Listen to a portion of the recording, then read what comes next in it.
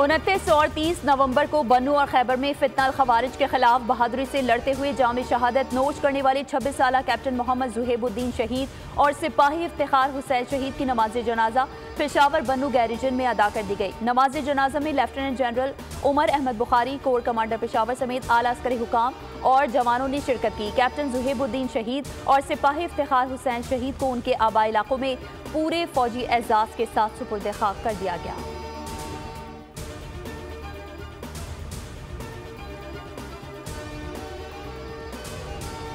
और एबटाबाद में जंगलात में लगने वाली आग ने बड़े रकबे को अपनी लपेट में ले लिया। करीबी आबादी को भी खतरात लाहक हो गए। कई घंटों के बाद भी आग पर काबू नहीं पाया जा सका। महकमा जंगलात और जिले इंतजामिया, तहसील इंतजामिया गायब। मुकामी अफराद अपनी मदद आप के तहत आग पर काबू पाने के लिए कोशां। जंगली हयात को भी शदीद खतरा।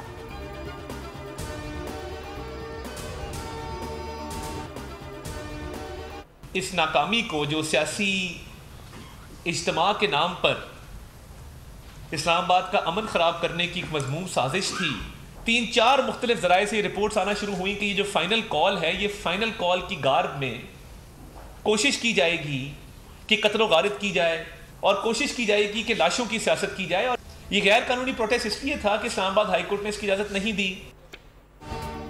पीटीआई को लाशों की सियासत दरकार थी। 24 नवंबर का एहतजाज पुरअमन नहीं था। इदारों को भी रिपोर्ट्स थी। फाइनल कॉल में लाशों की सियासत होगी।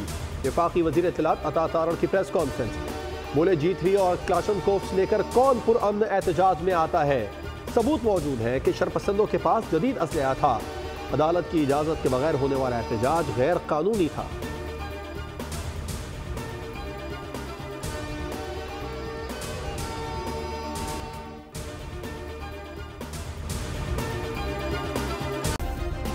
सब्सक्राइब करें और बेल दबाएं ताकि कोई खबर रह न जाए।